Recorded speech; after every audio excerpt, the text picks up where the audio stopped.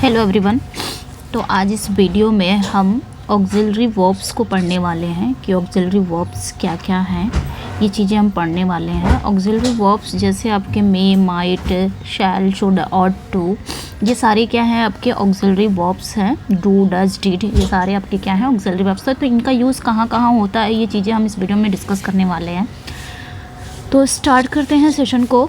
जैसे पहला देखेंगे, these are helping verbs. Auxiliary verbs जो होते हैं ना, ये हेल्पिंग वर्ब्स होते हैं, जिसको हम हिंदी में क्या बोलते हैं, सहायक क्रिया। क्या बोलते हैं, सहायक क्रिया, जिनको हम जोड़ के सेंटेंस को हम कंप्लीट करते हैं। सहायक लगा के, हेल्पिंग लगा के, हेल्पिंग वर्ब को लगा के सेंटेंस को कंप्लीट करते हैं। सबसे पहले देखेंगे मे। सबसे पहले देखेंगे मे का यूज़ हम कहाँ करते हैं। मे का यूज़ हम तभी करेंगे जब परमिशन होगा, डाउट होगा या पॉसिबिलिटी होगा। तो मे का यूज़ हम कहाँ करेंगे, जब आपके सेंटेंस में परमिशन का सेंस आएगा, डाउट का सेंस आएगा या पॉसिबिलिटी यानी कि अनुमति, संदेह या फिर पॉसिबिलिटी, संभावना, वहाँ पे हम मे का यूज़ करेंगे।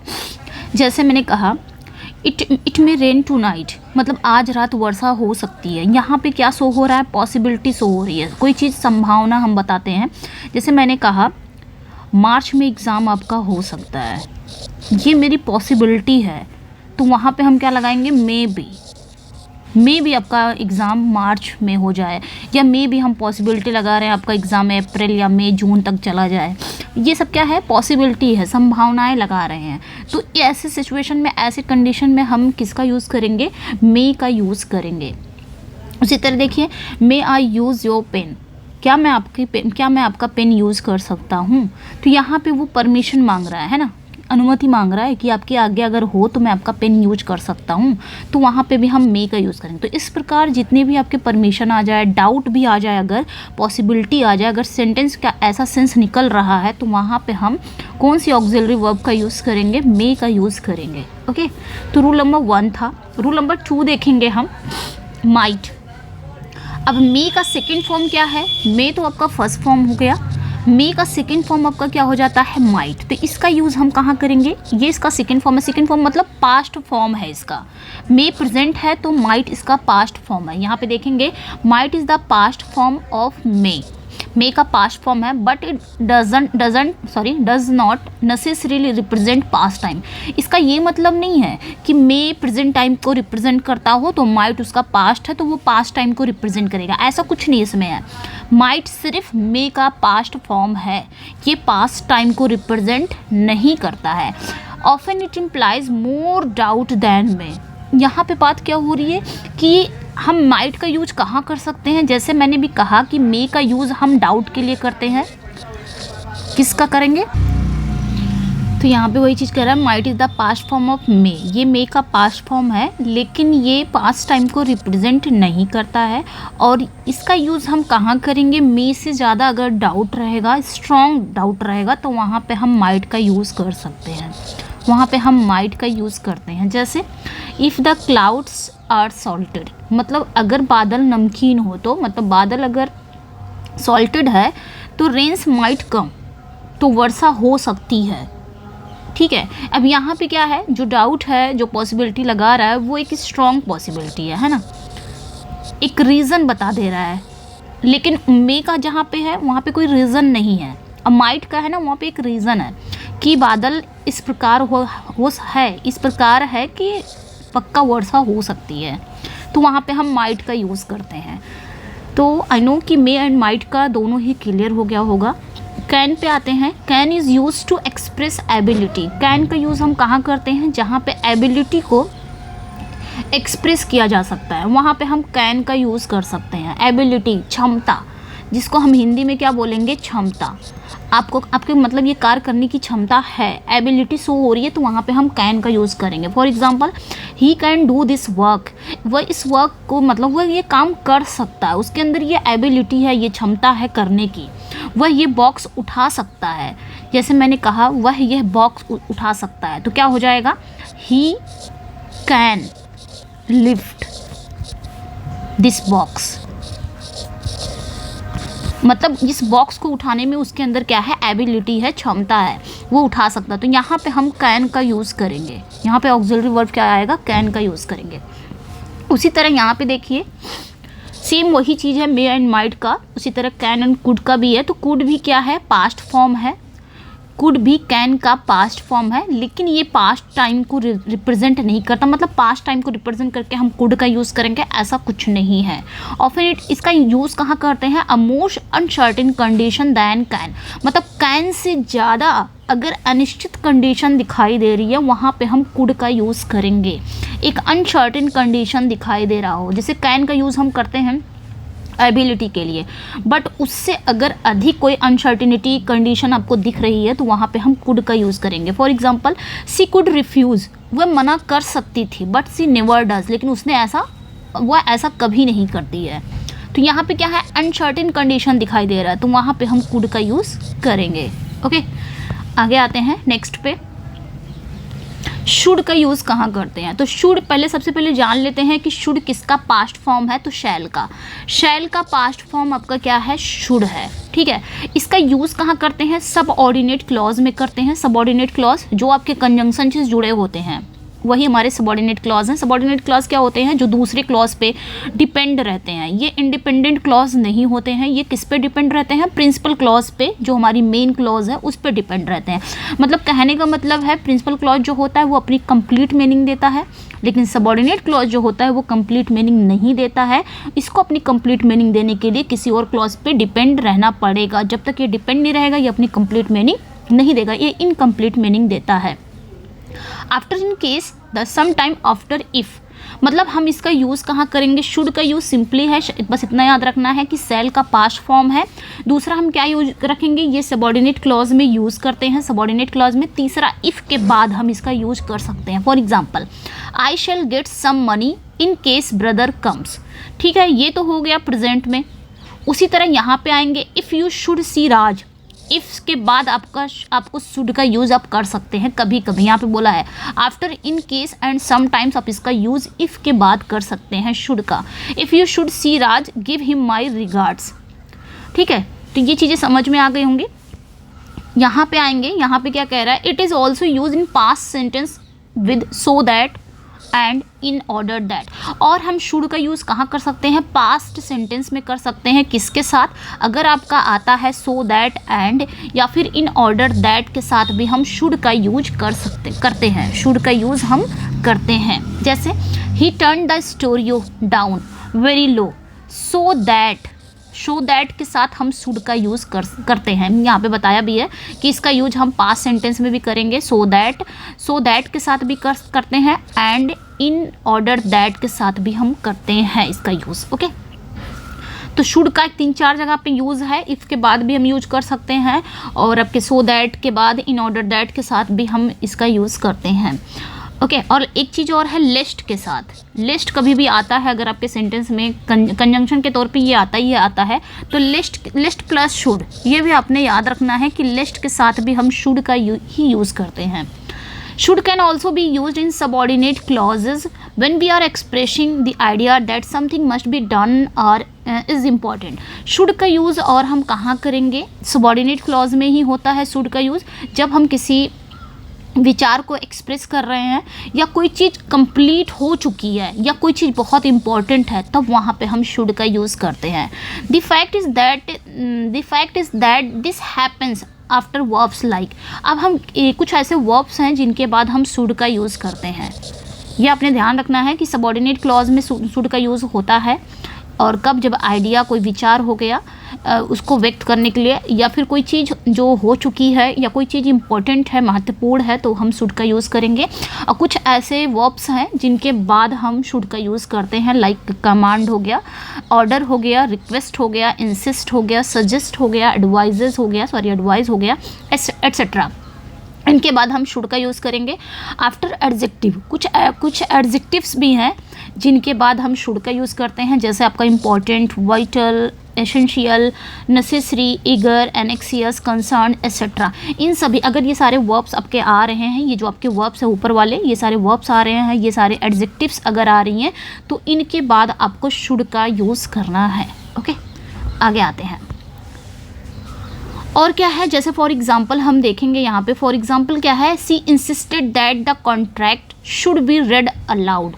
तो यहाँ पे देखिए इंसिस्टेड है, अभी मैंने जस्ट ऊपर बताया, यहाँ पे देखिए इंसिस्ट है, तो ये वर्ब्स यहाँ पे आ गए इंसिस्टेड, तो इसके साथ हम शुड का यूज़ करेंगे। यहाँ पे कुछ भी पूछ लिया जाएगा, शैल आ जाएगा, या फिर कैन आ सकता है, मे आ सकता है, माइट आ सकता है, कुड आ सकता है, या फिर ऑट टू भी आ सकता है, ये भी ध्यान रखिएगा। बट आपको यहाँ पे क्या यूज़ करना है, आपने इंसिस्ट देख लिया तो आपने शुड का यूज़ करना है। उसी तरह I am anxious that nobody should be hurt, तो एनेक्सियस आपने ये वर्ब देख लिए, तो यहाँ पे आपको शुड ही यूज़ करना है, ये आपने ध्यान रखना है। ये कुछ अपनी यहाँ पे ध्यान रखना है, कुछ वर्ब्स हैं, ये कुछ एडजेक्टिव्स हैं, इनके बाद आपने शुड का यूज़ करना है। नेक्स्ट वन पे आते हैं, शुड ही है अभी भी।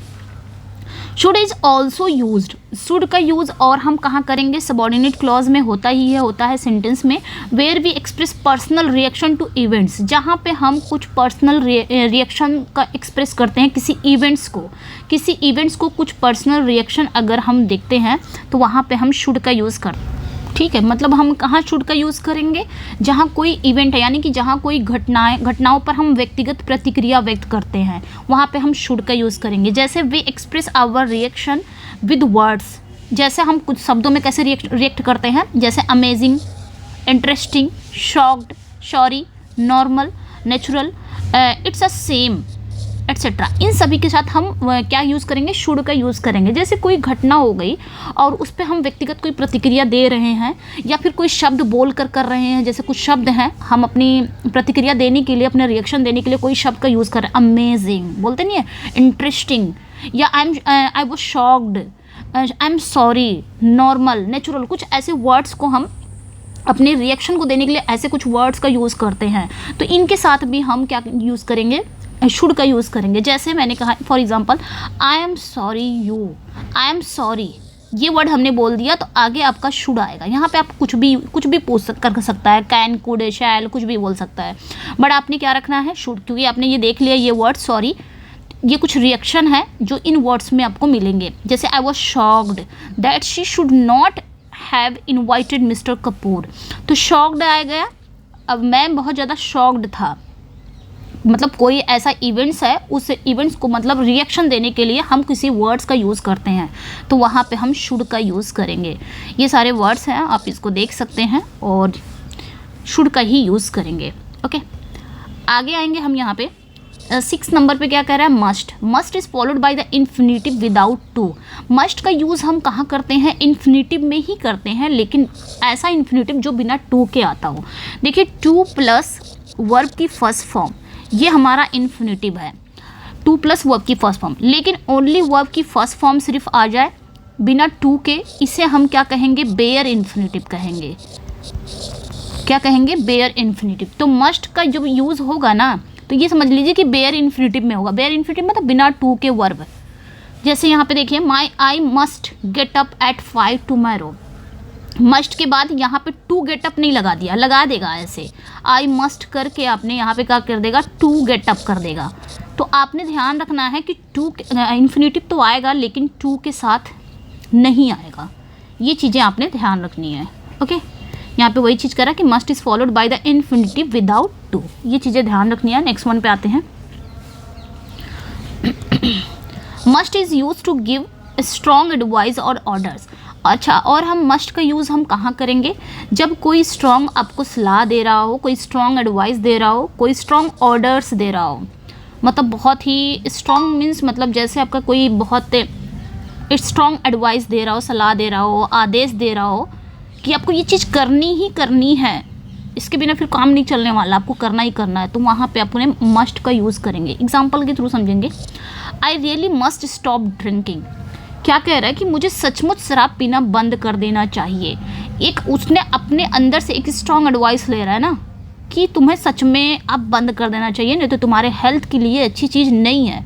ये तुम्हारे लिए क्या हो गया, एक स्ट्रॉन्ग एडवाइस हो गया कि कोई चीज़ अब तुम्हें कोई चीज़ जैसे कोई चीज़ आपको नुकसान पहुंचा रही है, अब उस चीज़ को मना कर रहा है, डॉक्टर मना कर रहा है कि आपको ये चीज़ें छोड़ देनी चाहिए। जैसे आप या टोबैको है या फिर आप कोई ड्रिंकिंग वगैरह ड्रिंक करते हो, तो वहाँ पे डॉक्टर बोलेगा कि आप इस चीज़ को छोड़ दीजिए, आपके लिए अब आपके हेल्थ के लिए वहाँ पे स्ट्रॉन्ग एडवाइस दी जा रही है, मस्ट लगेगा।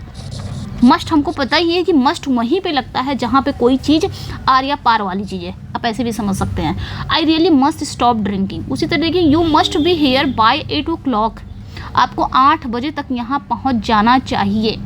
एक स्ट्रॉन्ग ऑर्डर्स दे रहा है कि आपको 8 बजे तक यहाँ पहुँच, किसी भी हाल में आपको यहाँ पे पहुँच जाना चाहिए। तो ऐसे स्ट्रॉन्ग एडवाइस हो गया या ऑर्डर हो गया, तो वहाँ पे हम कौन सी ऑक्सिलरी वर्ब यूज़ करेंगे, मस्ट का यूज़ करेंगे। ओके, नेक्स्ट पे आते हैं, मस्ट का यूज़ और हम कहाँ कर सकते हैं। Must is use to say that we are sure about something. तो मस्ट का यूज़ हम कहाँ करेंगे, जब we are sure about something, जब हम किसी के बारे में श्योर होंगे, निश्चित होंगे किसी चीज़ के बारे में, तो वहाँ पे हम मस्ट का यूज़ करेंगे। किसी चीज़ के बारे में हम श्योर हैं या निश्चित हैं, तो वहाँ पे हम मस्ट का यूज़ करेंगे। जैसे I am in love that must be nice, मतलब मैं प्यार में हूँ जो बहुत ही अच्छा है। भाई यहाँ पे ये श्योरिटी दिखा रहा है कि मैं प्यार में हूँ और जो बहुत अच्छी चीज़ होती है वो श्योरिटी दिखा रहा है। तो सिंपली है, हम मस्ट का यूज़ कहाँ करेंगे, जब हम किसी चीज़ के बारे में श्योर हों, वहाँ पे हम मस्ट का यूज़ करेंगे। ओके, आगे देखेंगे, must is use after past reporting verb. Must का यूज़ हम कहाँ करेंगे, अगर पास्ट रिपोर्टिंग वर्ब के बाद आपको मस्ट का यूज़ करना है। पास्ट, आपका जो पास्ट कहते हैं ना, पास्ट पार्टिसिपल वाला जो वर्ब होता है, उसके बाद आपको मस्ट का यूज़ करना है। जैसे I felt there must be something wrong, तो यहाँ पे आई फेल्ट क्या है, एक पास्ट रिपोर्टिंग वर्ब है, तो आगे आपने यहाँ पे क्या यूज़ करना है, मस्ट का यूज़ करना है। नेक्स्ट वन पे आते हैं, शुड का फिर से आ गया है। Should and ought have similar meaning. Should जो है, शुड मतलब भी चाहिए होता है और ऑट मतलब भी होता है चाहिए, बट फ़र्क बस इतना है कि शुड के साथ तो कोई टू नहीं आता, लेकिन ऑट के बाद हम टू लगाते हैं। ये अपने साथ टू लेके आता है, ऑट टू बोलते हैं ना, ऑट टू मतलब भी चाहिए होता है और शुड मतलब भी चाहिए। ये दोनों सिमिलर मीनिंग है, सिमिलर मीनिंग देते हैं, but ought is followed by to. वही चीज़ यहाँ पे बताया जो मैंने बताया अभी कि, और लेकिन ऑट क्या है, ये अपने साथ फॉलो टू लेता है। Ought to has a more objective force. Ought जो है उसके अंदर क्या है, एक मोर मतलब बहुत अधिक ऑब्जेक्टिव फोर्स होता है। And is used when we are talking about laws duties and regulations. अच्छा, इसका यूज़ कहाँ हम करते हैं ऑट टू का। शुड है, जो शुड है और ऑट टू है, दोनों ही एक जैसे मीनिंग देते हैं, बट ऑट के साथ हम टू लाते हैं क्योंकि इसको हम बोलते ही ऐसा है, ऑट टू। ये इसका भी मतलब होता है चाहिए, लेकिन इसका यूज़ कहाँ करते हैं, तो जब हम किसी लॉ के बारे में, किसी कानून के बारे में अगर बात करते हैं, या फिर किसी ड्यूटीज़ के बारे में हम बात करते हैं। कर्तव्य, ड्यूटी का मतलब यहाँ पे वो ड्यूटी नहीं जो ऑफिस वर्क है, वो ड्यूटी की बात नहीं हो रही है, कर्तव्य की बात हो रही है, रेगुलेशन की बात हो रही है, रूल्स एंड रेगुलेशंस की बात हो रही है। तो जब यहाँ पे हम इन सब की बात करेंगे ना, तो वहाँ पे हम ऑट टू का यूज़ करेंगे। ठीक है, जैसे we ought to see her tomorrow, यहाँ पे बात क्या हो रही है कि we ought to see her tomorrow. ठीक है, कि हमें उसे कल देखना चाहिए। क्या बोल रहा है कि हम, जैसे कि है, हमें उसे कल देखना चाहिए, तो यहाँ पे हमने क्या किया है, ऑट टू का यूज़ करेंगे। तो सिंपली है, जो आपका ऑट टू है वो एक ऑब्जेक्टिव फोर्स, मतलब इसके अंदर क्या होता है, बहुत अधिक वस्तुनिष्ठ बल होना चाहिए, और इसका प्रयोग हम कहाँ करते हैं, जब कानून की बात हो, कर्तव्यों की बात हो, या विनियमों के बारे में बात हो रही हो, विनियमों यानी कि रेगुलेशन के बारे में बात हो रही हो, तो हम ऑट टू का यूज़ करेंगे। जैसे माता पिता का सम्मान करना चाहिए, तो यहाँ पे एक कर्तव्य है, हमें अपना कर्तव्य निभाना चाहिए, ऑट टू लगेगा। ये सारी चीज़ें। ओके, नेक्स्ट वन पे आएंगे, should and ought to can also be use to talk about strong probability. यहाँ पे क्या बात हो रही है कि जो शुड है आपका, शुड और ऑट टू, ये दोनों एक, इसका यूज़ हम कहाँ करेंगे, जहाँ पे मजबूत संभावना के बारे में बात हो रही है, वहाँ पे हम इसका यूज़ करेंगे। एक स्ट्रॉन्ग प्रोबेबिलिटी की बात हो रही है, एक मजबूत संभावना की बात हो रही है, वहाँ पे हम शुड या ऑट टू का यूज़ करेंगे। जैसे he has bought 30 pints of whisky that ought to be enough. उसने क्या किया, उसने 30 पिंट विस्की खरीदी, जो काफ़ी होनी चाहिए, जो कॉफ़ी होनी चाहिए। ठीक है, मतलब 30 पिंट्स ऑफ विस्की उसने खरीदी, that ought to be enough, जो काफ़ी होनी चाहिए। एक स्ट्रॉन्ग प्रोबेबिलिटी दिखा रहा है, एक मजबूत संभावना दिखा रहा है कि काफ़ी होनी चाहिए, तो यहाँ पे हम ऑट टू का यूज़ करेंगे। To talk about things which did not happen, और जिस बारे में बात हो रही है जो हुआ नहीं है, although they were suppose to, we use should and ought to with the perfect infinitive. यहाँ पे बात क्या हो रही है, यहाँ पे बात क्या हो रही है कि उन चीज़ों के बारे में बात करने के लिए जो अभी घटित नहीं हुई है, तो तो ऐसे सेंस में हम शुड का यूज़ करेंगे या ought to का यूज़ करेंगे परफेक्ट इन्फिनेटिव के साथ। जैसे for example the taxi should have, अब यहाँ पे एक परफेक्ट इन्फिनेटिव है, वर्ब की थर्ड फॉर्म है, एक परफेक्ट इन्फिनेटिव है, तो यहाँ पे हम शुड का भी यूज़ कर सकते हैं और टू का भी यूज कर सकते हैं कि जैसे कि टैक्सी जो है वो 8:30 बजे आ जानी चाहिए थी, मतलब वो चीज़ों के बारे में बात हो रही है जो अभी हुआ नहीं है। तो ऐसे सेंस में हम शुड या ought to करेंगे और ये परफेक्ट इन्फिनेटिव के साथ आएगा। यही आपका हैव है तो यहाँ पे शुड आएगा या फिर ought to भी आ सकता है, ये ध्यान रखना है। ओके, यहाँ से हम देखेंगे डू भी हमारा ऑक्सिलरी वर्ब है। डू का यूज़ हम कहाँ कहाँ करते हैं, तो do is use to make questions and negative forms of ordinary verbs. तो डू जो है ये क्वेश्चंस के लिए आते हैं नेगेटिव फॉर्म, अगर जैसे कोई नेगेटिव सेंटेंस बनाना हो तब भी हम डू का यूज़ करते हैं, कोई इंटेरोगेटिव सेंटेंस बनाना है तब भी हम डू का यूज़ करते हैं। For example do you know Rajat, इसमें समझाने की ज़्यादा ज़रूरत नहीं, सभी को पता है। डू यू नो रजत, क्या आप रजत को जानते हैं, ये आपका इंटेरोगेटिव क्वेश्चन है, इंटेरोगेटिव सेंटेंस है, तो हम डू का यूज़ करेंगे। I don't like trout, I don't like trout, तो यहाँ पे क्या है, मुझे ट्राउट पसंद नहीं है, ये नेगेटिव सेंटेंस बनाने के लिए भी हम डू का यूज़ करते हैं। डू का यूज़ हम और कहाँ करते हैं, do is used in question tags and short answers. तो डू का यूज़ हम क्वेश्चन टैग्स बनाने के लिए भी करते हैं, क्वेश्चन टैग बनाना रहेगा तब भी हम डू का यूज़ करेंगे। कोई शॉर्ट आंसर है देने के लिए भी हम डू का यूज़ करेंगे। जैसे यू नो पेंटिंग, मैंने पूछा यू नो पेंटिंग, आपने कहा डू यू, तो ये आपका क्या हो गया, मैंने पूछा यू नो पेंटिंग, मैंने फिर कहा डू यू, तो ये आपका क्या है, ये क्वेश्चन टैग बन गया, तब भी हम डू का ही यूज़ करते हैं। ओके, आगे देखेंगे हम। Does he know I am here, तो यहाँ पे क्या कह रहा है, यस ही डज, तो यहाँ पे भी हमने क्या यूज़ किया है, डू का ही यूज़ किया है, जो हमने उसमें कर दिया है, ईएस लगा दिया है। Do is use before an imperative to make the request more persuasive, तो डू का यूज़ और हम कहाँ करते हैं, जब इम्परेटिव सेंटेंस होता है या कोई रिक्वेस्ट करना रहता है तो वहाँ पे भी हम डू का यूज़ करते हैं। जैसे डू कंपनी अस, यहाँ पे देखें इम्परेटिव सेंटेंस है तब भी हम डू का यूज़ करेंगे। नेक्स्ट वन पे आते हैं। Do is not use in questions which have who what which as their subject, तो डू का हम यूज़ वहाँ नहीं करेंगे जहाँ पे आपका हु जो है, वॉट जो है या विच जो है ये सब्जेक्ट बन जाए, वहाँ पे हम डू का यूज़ नहीं करेंगे। ये ऑलरेडी अगर ये सब्जेक्ट का काम तीनों कर रहे हैं ना, अपने सब्जेक्ट का काम कर रहे हैं, तो वहाँ पे हम डू का यूज़ नहीं करेंगे। For example who said that, यहाँ पे जो हु है ये एज ए सब्जेक्ट काम कर रहा है, उसके बाद देखिए वर्ब आया है, तो यहाँ पे कहीं डू नहीं आएगा। अगर ये तीनों ना एज ए सब्जेक्ट सेंटेंस में काम कर रहे हैं तो इसके साथ डू नहीं आएगा। सिंपली कहने का मतलब ये है। व्हाट हैपेंड नहीं आया, विच वंस दैट नहीं आया आपका डू। बट एक्सेप्शन है, ग्रामर में एक्सेप्शन जरूर होता है।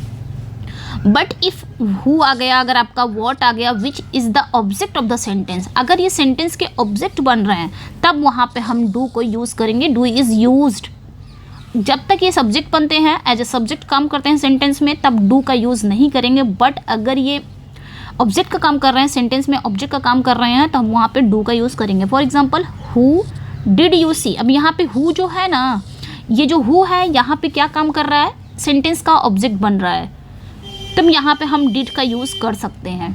डू का सेकंड फॉर्म हो गया डिड, तो यहाँ पे हम डिड का यूज़ करेंगे। विच डिपार्टमेंट, तो यहाँ पे विच जो है एक एडजेक्टिव का काम कर रहा है, यानी कि सेंटेंस का ऑब्जेक्ट ही है, और यहाँ पे डिपार्टमेंट एक नाउन का काम कर रहा है, तो ये भी सेंटेंस का ही ऑब्जेक्ट है, तो इसके साथ हम डू का यूज़ करेंगे। सिंपली अगर ये सेंटेंस के ऑब्जेक्ट के साथ आ रहे हैं तो ये समझ लीजिए। सिंपली कहने का मतलब अगर है ना, अगर एक मिनट, अगर आपका हु आता है या विच आता है या फिर आपका वॉट आता है, सिंपली इनके साथ अगर सब्जेक्ट आ रहा है तो सिंपली समझ जाइए कि ये ऑब्जेक्ट का काम कर रहे हैं। अगर सब्जेक्ट आ रहा है तो ये, अगर ये ऑब्जेक्ट, तब ये समझिए कि ये ऑब्जेक्ट का काम कर रहा है और इनके साथ आपको हेल्पिंग वर्ब लानी ही लानी है। वहाँ पे helping verb according to sentence आपको हेल्पिंग वर्ब वहाँ पे लगाना ही लगाना है। बट अगर इनके साथ सब्जेक्ट नहीं आ रहा है तो समझ जाइए कि ये आपका ऑलरेडी यही सब्जेक्ट बन रहा है। जैसे मैंने कहा, 1 मिनट, जैसे मैंने कहा हु सेड दैट, ये किसने कहा, ये किसने कहा, तो कहने का काम कौन कर रहा है, हु कर रहा है ना, कहने का काम हु कर रहा है, तो जो काम करता है वही हमारा करता है, मतलब वही हमारा सब्जेक्ट है। ऐसे भी हम पहचान सकते हैं सब्जेक्ट को। और यहाँ पे देखिए इसके साथ कोई भी दूसरा सब्जेक्ट आया नहीं है, डायरेक्ट वर्ब आ गया, इसका मतलब ये सब्जेक्ट का काम कर रहा है। और वर्ब से पहले क्या आता है, कोई सब्जेक्ट, कोई नाउन या प्रोनाउन आता है। नाउन या प्रोनाउन क्या होता है, वो कोई सब्जेक्ट ही होता है। यहाँ पे देखिए हैपेंड एक वर्ब है, उसके पहले आ गया, इसका मतलब ये सब्जेक्ट का काम कर रहा है। वंस आपका क्या है, वंस दैट, इसका मतलब भी आपका क्या हो गया है, ये सब्जेक्ट का काम कर रहा है। तो सिंपली कहने का मतलब है कि इनके साथ अगर आपका सब्जेक्ट आ रहा है तो वहाँ पे आप क्या लगाएंगे, सब्जेक्ट आ रहा है तब इसके साथ आप अकॉर्डिंग टू सेंटेंस आप इसका हेल्पिंग वर्ब लगा सकते हैं, जो भी आपको लगाना है, यानी कि जो भी आपका हेल्पिंग वर्ब रहेगा आप लगा सकते हैं। जैसे हु डिड यू सी, देखिए यहाँ पे आपका आ गया, ये आपका ऑब्जेक्ट का काम कर रहा है। विच डिपार्टमेंट, डू आ गया यहाँ पे। तो अगर ये ऑब्जेक्ट का काम कर रहा है तो यहाँ पे ये लग सकता है। और डू का यूज़ हम आईएनजी के साथ भी करते हैं, यही चीज़ कर रहा है। Do is also use with an I N G form we want to talk of activity. जब हम किसी एक्टिविटी के बारे में बात करना चाहते हैं, that takes a certain time repeated, जैसे कोई टाइम को वो रिपीट कर, सर्टेन टाइम्स आर रिपीटेड, मतलब कोई सर्टेन टाइम हो या फिर कोई चीज़ रिपीट की जा रही हो, किसी एक्टिविटी के बारे में बात करना चाहता हो, तो वहाँ पे हम डू के साथ भी आईएनजी लगाएंगे। और ऐसे मामलों में हम कुछ डिटरमिनर्स भी पाते हैं, जैसे आपका दा हो गया, माई हो गया, सम हो गया, मच हो गया, एट्सेट्रा। इन सभी के बाद आपका क्या आना चाहिए, आईएनजी फॉर्म आना चाहिए। जैसे आपने यहाँ देखिए आई यूजली डू लगा है, फिर मोस्ट ऑफ माई वॉशिंग, माई आ गया डिटरमिनर्स, यहाँ पे देखिए आईएनजी के साथ भी आया है, यानी कि डू के साथ अपना आईएनजी भी आएगा।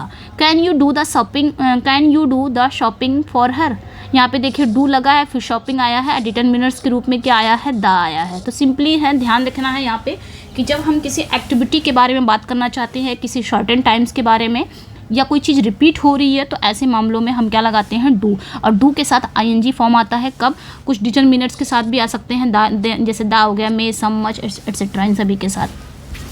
तो ये थे आपके कुछ ऑक्सिलरी वर्ब्स जो बहुत ही इंपॉर्टेंट है, जहाँ से क्वेश्चन बनते ही बनते हैं। तो इसको आप लोग देख लीजिएगा। इसका पीडीएफ चाहिए तो आप टेलीग्राम पे हीना इंग्लिश क्लासेस से ज्वाइन हो सकते हैं। हीना इंग्लिश क्लासेस से आप ज्वाइन हो सकते हैं, वहाँ पे आपको इसका पीडीएफ मिल जाएगा। आप मेरे व्हाट्सएप ग्रुप पे भी ज्वाइन हो सकते हैं, और व्हाट्सएप ग्रुप आपकी इसी क्लास के डिस्क्रिप्शन में लिंक दिया हुआ है, वहाँ से आप मेरे व्हाट्सएप ग्रुप पे ज्वाइन हो सकते हैं।